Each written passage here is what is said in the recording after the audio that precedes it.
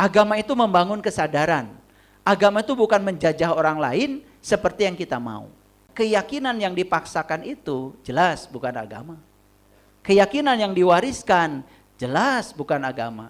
Anda tidak boleh jadi orang lain. Satu-satunya cara Anda harus menjadi diri Anda sendiri. Dan berjalan di jalan Anda. Pasti sampai. Jika Allah tidak memaksa manusia untuk beriman, mengapa kita sering memaksa sesama untuk menjadi seperti kita? Ngaji diri, ngaji rasa, belajar mengenal diri, dan menyadari kedekatan Allah.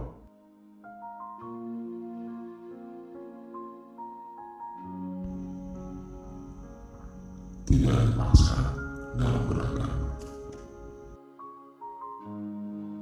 Setiap manusia lahir dengan wajah yang berbeda, pengalaman yang berbeda, dan perjalanan hidup yang berbeda. Mungkin Allah memang tidak menciptakan manusia untuk menjadi salinan satu sama lain. Namun, di tengah perbedaan itu, kita sering tergoda untuk mengukur perjalanan orang lain menggunakan jalan yang kita tempuh sendiri. Melalui kajian ayah guru, mari kita renungkan kembali, apakah perjalanan kita mencapai Allah lahir dari paksaan atau justru tumbuh melalui kesadaran? Rumah yang harus kita sekarang tuju itu cuma dua. Satu Tuhan, dua kemanusiaan. Dan ciri orang yang bertuhan, dia sangat intens dengan masalah kemanusiaan. Makanya itu yang disebut dengan ekoteologi. Eko itu lingkungan, teologi itu adalah urusan ketuhanan. Bagaimana kita bertuhan itu tercermin dalam wujud apa? Kepedulian sosial pada orang lain. Itu yang disebut dengan ekoteologi. Dan sekarang itu banyak yang aneh. Mengaku beragama, bertuhan, malah justru atas nama agama dan Tuhan, malah justru menyakiti orang. Di ruang publik berdebat tentang perbedaan tafsir. Sudah, perbedaan itu biarkan aja. Terima aja dan dengar aja semua yang berbeda. Biar kita wawasannya luas, tidak usah Anda merasa paling benar. Dan orang yang butuh dirinya paling benar, itu orang yang sedang serakah. Orang yang takut kekuasaannya berkurang. Orang yang takut status sosialnya berkurang. Ini orang yang butuh penghormatan. Makanya masih butuh untuk dibenarkan. Kalau orang yang sudah bertuhan tidak butuh. Tidak butuh validasi. Buat apa? Kan agama itu adalah jalan sunyi kita dengan Tuhan. Betul nggak?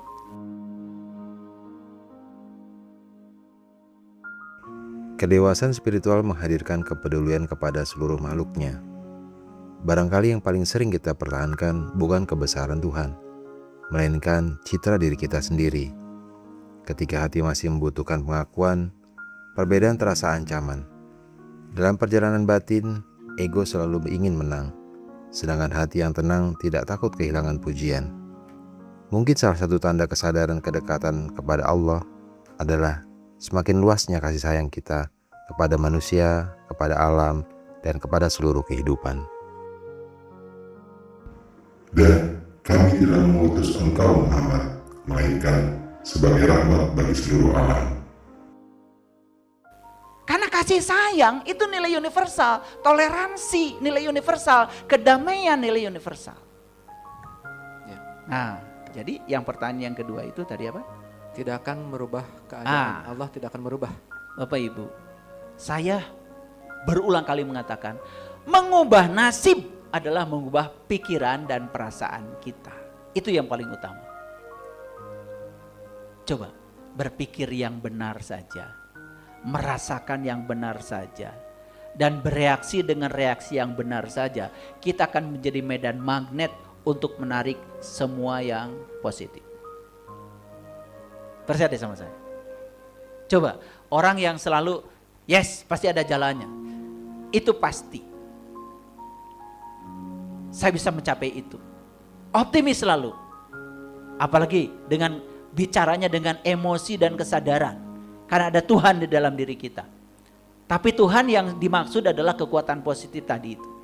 Tidak mungkin dia mengeluarkan kata-kata yang menghancurkan dirinya. Misalnya, wah gak mungkin. Terlalu sulit bagi saya. Bikin puisi lagi. Judul puisinya kesulitan.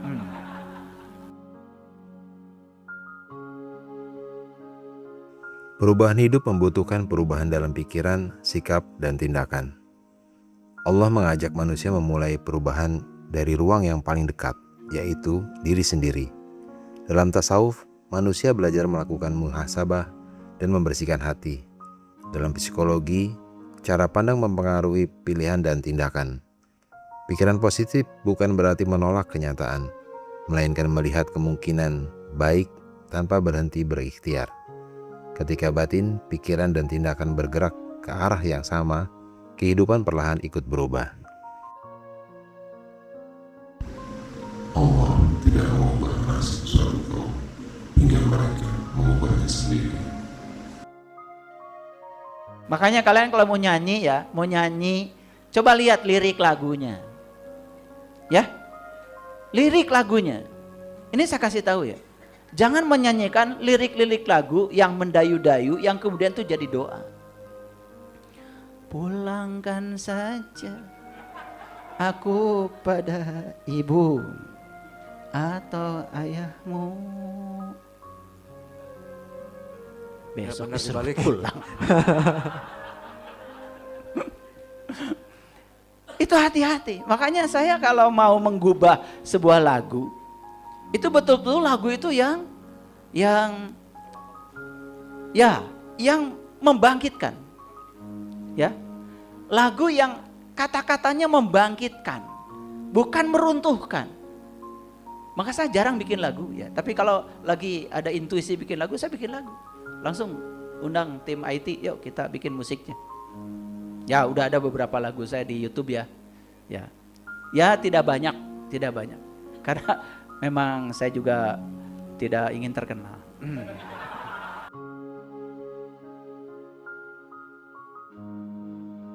Kata, musik, dan pesan dapat mempengaruhi cara manusia menjalani kehidupan. Apa yang sering kita dengarkan perlahan menjadi bahasa batin.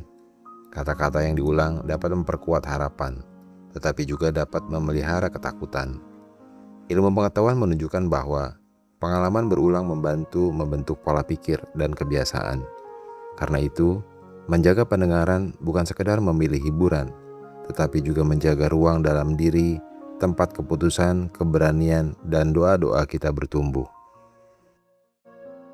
Soalnya gini ayah, ada orang, ya entah ya, maksudnya ada orang-orang yang memang suka dan senangnya itu memaksakan kebenaran. Seolah-olah kebenaran itu mutlak dan harus sama gitu loh ayah, gitu kan. Berarti Tuhan itu menginginkan keseragaman dalam tanda kutip. Apakah seperti itu ayah? Ya, itulah tidak memahami kata-kata Tuhan, la ikraha fiddin. Jadi Tuhan sendiri sudah mengatakan di Al-Quran, la ikraha fiddin. Tidak ada paksaan dalam agama. Berarti kalau agama itu tidak ada paksaan, ya, keyakinan yang dipaksakan itu jelas bukan agama. Keyakinan yang diwariskan jelas bukan agama. Karena proses pewarisan itu pasti kan ada aspek psikologis, Kang Firman. Kan nggak mungkin seorang anak ya melawan Orang tua. keyakinan yang dijejalkan oleh orang tuanya. Pasti ya itu kan berbahaya. Makanya kita itu harus jadi orang tua yang modern. Sekali-kali berdialog dengan anak. Ya toh? Termasuk tentang keyakinan. Jangan kemudian semuanya dipaksakan. Karena kata Quran, la ikraha fiddin. Berarti kalau la ikraha fiddin, tidak ada paksaan dalam agama. Agama itu sebetulnya adalah kesadaran. Agama itu membangun kesadaran. Agama itu bukan menjajah orang lain seperti yang kita mau. Apalagi memaksakan kehendak supaya sama.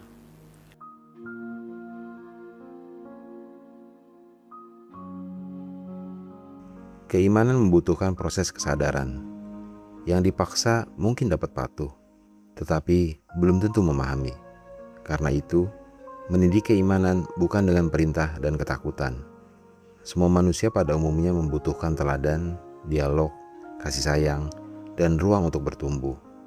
Barangkali dakwah yang paling dalam bukan suara yang paling keras, tetapi teladan perilaku kehidupan yang membuat orang lain merasakan keindahan nilai-nilai agama. Tidak ada paksaan dalam agama. Semua telah jelas jalan yang benar dari jalan yang sesat. Nah, kembali lagi tadi kata Kang Firman, ya, bagimu agamamu, bagiku agamaku. Nah, kita sering mengartikannya secara dangkal. Padahal agama itu apa tadi? Jalan sunyi kita, pribadi-pribadi kita untuk mencapai Tuhan. Jadi artinya jalanmu kepada Tuhan dengan jalanku kepada Tuhan itu jalan yang berbeda. Makanya kamu gak usah usil, itu maksudnya. Dan selama diartikan, ya kamu agamanya kan Islam. Saya kan agamanya kan Nasrani. Ya udah, agamamu bagi kamu, agamamu bagiku. Jadi begitu. Jadi main ego-egoan, main menang-menangan. Tidak ada persatuan. Padahal bukan begitu, ya. Agama itu jalan sunyimu menuju Tuhan. Agama itu jalan sunyiku menuju Tuhan. Yuk, nggak apa-apa, kita di jalan sunyi saja. Tapi yang paling penting kita sama-sama mencapai Dia. Begitu sudah sama-sama mencapai Dia, kita bisa berakhlak seperti akhlaknya Dia. Muncullah yang namanya nilai-nilai universal. Makanya orang yang sudah sampai kepada Tuhan, dia bisa menerima kesetaraan. Berbuat baik tidak mesti, ya. Sebentar. Ibu agamanya apa? Oh, kita seagama, Bu. Kalau gitu, yuk kita nyebrang. Ada lagi yang mau seberang. Mohon maaf, Ibu agamanya apa? Wah, nggak seagama, Bu. Mohon maaf. Tidak boleh saya menolong yang berbeda agama. Itu sudah tidak universal.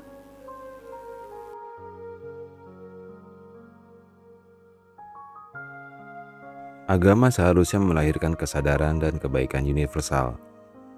Mungkin agama bukan alat untuk membuat semua manusia menjadi seragam. Agama adalah jalan membentuk kesadaran agar manusia semakin mengenal Tuhan dan semakin baik kepada ciptaannya.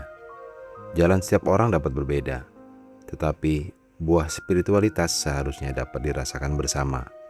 Kasih sayang, kejujuran, keadilan, dan keberanian untuk berbuat baik tanpa terlebih dahulu menanyakan identitas seseorang. Untukmu agamamu dan untukku agamaku. Ya, wajah kita saja berbeda. Ya, DNA kita saja berbeda. Sebetulnya jalan menuju Tuhan setiap kita itu sudah punya sendiri-sendiri sebetulnya. Ya. Ada beberapa jalan menuju Tuhan. Kalau penduduk bumi ada 8 miliar, berarti ada 8 miliar jalan menuju Tuhan. Dan Anda tidak boleh berada di jalan orang lain. Anda tidak boleh jadi orang lain. Satu-satunya cara Anda harus menjadi diri Anda sendiri dan berjalan di jalan Anda, pasti sampai. Tapi Anda jangan usil pada jalan orang lain. Karena orang lain punya jalan sendiri. Jalur kesuksesan pun begitu, Bapak Ibu. Makanya jangan meniru kesuksesan orang sukses. Capek, ya, malah jadi bangkrut berulang-ulang. Ya, karena kita jadi orang lain. Ya, bahkan Henry Ford mengatakan, ya, aku sudah sukses, ya, di puncak karirku. Tapi jangan ada di antara kalian yang mengikuti jalanku. Karena jalan ini satu-satunya jalan buatku. Dan kalau kalian mengikuti jalanku untuk membangun karir seperti yang aku capai, kalian tidak akan sampai kepada puncak yang aku capai. Karena kalian punya personal genius zone sendiri.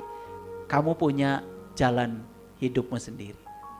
Kalau kita asik, ya sudah bisa menemukan jalan kita. Sudah ikigai kata orang Jepang, ya, sudah menemukan passion kita, mission kita, sudah menemukan vocation kita, sudah menemukan profession kita. Itulah, ya, uang akan mencari kita. Tidak perlu mencari uang, uang nyari kita. Dan itu bisa. Ya.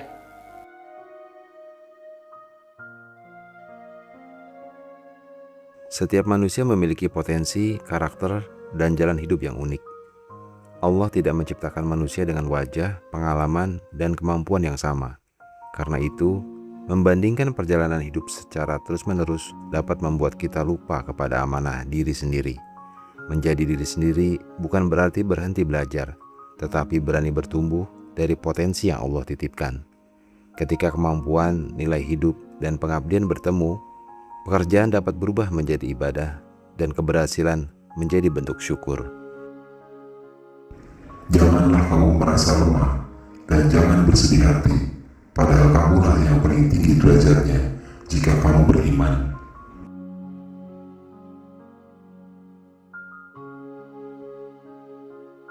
Mungkin perjalanan kita mencapai Allah bukan perlombaan untuk membuktikan siapa yang paling benar. Ia adalah perjalanan untuk semakin jujur kepada diri sendiri, semakin lembut kepada sesama, dan semakin bertanggung jawab terhadap kehidupan. Perbedaan tidak harus membuat kita saling menjauh. Ia dapat menjadi ruang untuk belajar, mengenal, dan berlomba dalam kebaikan. Yakin, ilmu yang kita dengar hari ini tidak hanya tinggal sebagai pengetahuan, tetapi akan tumbuh menjadi kesadaran yang terlihat dalam sikap dan perbuatan kita sehari-hari. Teruslah belajar memperbaiki diri sedikit demi sedikit secara alami. Tidak perlu bergerak cepat, yang penting bergerak maju dan terus bertumbuh.